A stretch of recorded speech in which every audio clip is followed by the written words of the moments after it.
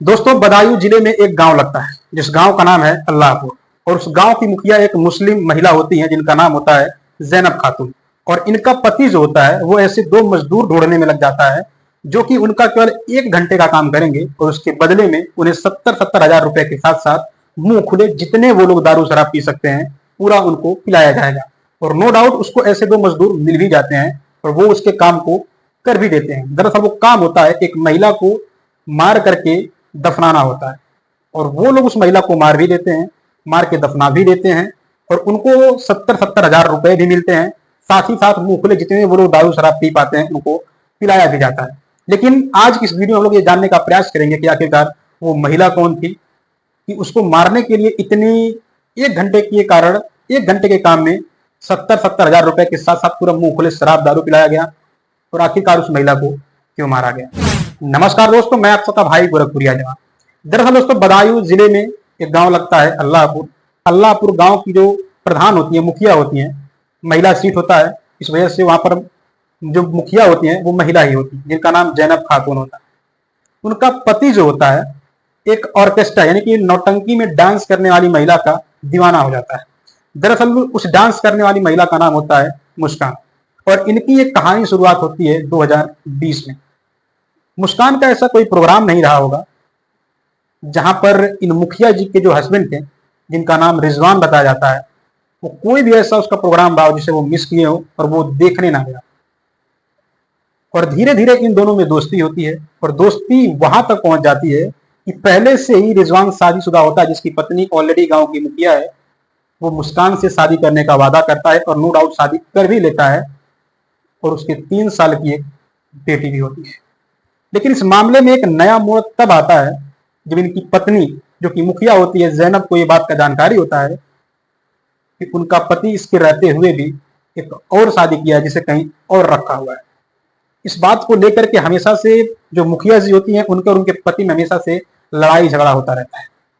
इससे रिजवान जो होता है काफी परेशान रहता है और यहाँ का फ्रस्ट्रेशन निकालने जब वो अपनी दूसरी पत्नी यानी कि मुस्कान के पास जाता है तो वहां पर भी मुस्कान का भी डिमांड बढ़ जाता है। पहले रिजवान जो होता है उसे 10 हजार रुपए मंथली देता है, उसका खर्चा देता है और अब वो डिमांड करने लगी है कि मुझे 40 हजार रुपए से 1 रुपए कम नहीं चाहिए मुझे मंथली।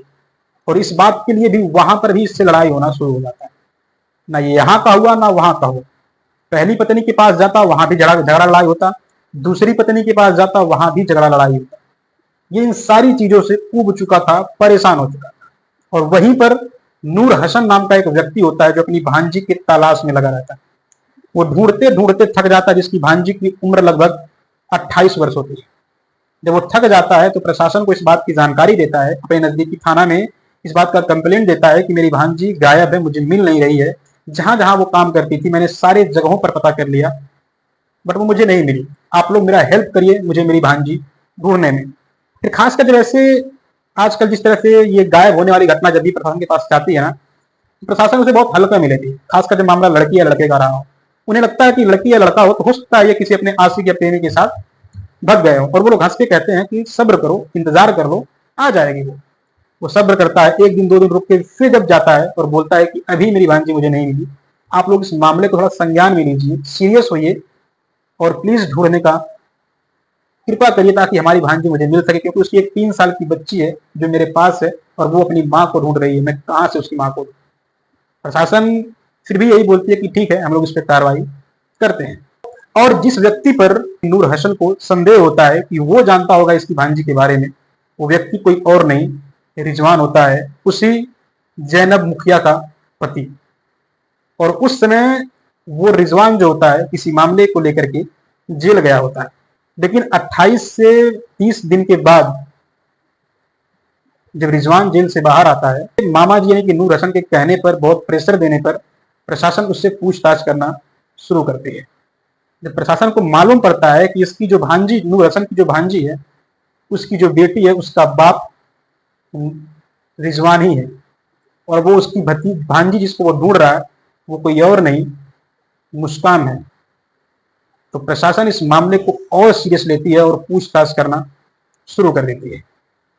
फिर इस मामले की जो भी कहानी होती है, जो भी सच्चाई होती है, उसका खुलासा करना शुरू होने लगता है। और जब ये सारा मामला मिलता जुलता आकर के खत्म हो रहा था रिजवान पर, यानी कि उस मुखिया जो महिला थी उसके पति पर, तब जब उससे जोर किया गया तब वो इस बात का खुलासा होता है कि दरअसल मैं उसका दीवाना हुआ करता था आज से लगभग 3 से 4 साल पहले, लगभग 2020 में। और हम दोनों में प्रेम प्रसंग हुआ, मैं उससे शादी कर लिया, हालांकि मेरी शादी पहले हो चुकी थी। और मेरी बीवी को जब इस बारे में मालूम पड़ा तो वो मुझसे लड़ाई झगड़ा करती थी। जब मैं उस फ्रस्ट्रेशन को लेकर अपनी दूसरी बीवी यानी कि मुस्कान के पास जाता था तो वो भी वहां पर 10,000 की जगह पर उसका भी डिमांड अब बढ़ चुका था 40,000 रुपए, और मेरे पास उतना कुछ इनकम था नहीं कि मैं उसकी डिमांड को पूरा कर सकूं। और इन सारे झंझटों से छुटकारा पाने के लिए मैंने इस तरह का कदम उठाया कि मैं 2 ऐसे मजदूर ढूंढा जो कि खेत में काम करते हैं। हमारे ही पड़ोस के एक व्यक्ति हैं जिनके खेत में वो हमेशा परमानेंट काम करते रहते थे। उनको मैंने ढूंढा, उनको मैंने पैसे और दारू शराब का लालच दिया कि आप लोग बस 1 घंटे काम करना है आप लोग को, और मैं उसके बदले आप लोग को मुंह खुले जितना आप लोग शराब पी पाओगे पिलाऊंगा, और एक व्यक्ति को 70,000 रुपए दूंगा। लेकिन इस घटने को अंजाम कैसे दिया गया कि इन मजदूरों को उसने बोला कि आप लोग वहीं पहुंचना जहां आप लोग जिस खेत में काम करते हो। शाम का समय होता है, वो लोग वहां पहुंच जाते हैं, और ये जो रिजवान होता है अपनी दूसरी पत्नी मुस्कान को ये बोलकर ले जाता है कि तुम्हारे लिए कुछ सरप्राइज। वो पूछती है कि तुम यहाँ खेतों जंगलों में कहाँ लेकर जा रहे हो, तो पूछता है कि तुम्हारे लिए सरप्राइज है। और वहां पहुंचता है और इन 3-4 लोग मिल करके मुस्कान समेत वहां पर ये लोग दारू शराब पीना शुरू करते हैं। और पहले से जब उन मजदूरों की इस बात की जानकारी तो थी कि इसके साथ आई जो महिला जो बैठी है इसी को इनको मारना है और दफनाना है, तो वो लोग उसे एक अलग ही नजर से देखने लगे। और जैसे इस बात का थोड़ा बहुत भनक मुस्कान को लगने लगा कि यहाँ कुछ तो मेरे साथ गलत होने वाला है, वो वहां से भगने का प्रयास की। लेकिन ये 3 यानी कि 2 मजदूर और उसका पति रिजवान तीनों मिल करके उसे पकड़ जकड़ करके उसके दुपट्टे से उसका गला तब तक घोटते हैं जब तक वो अपनी आखिरी सांस को भी न त्याग देती है।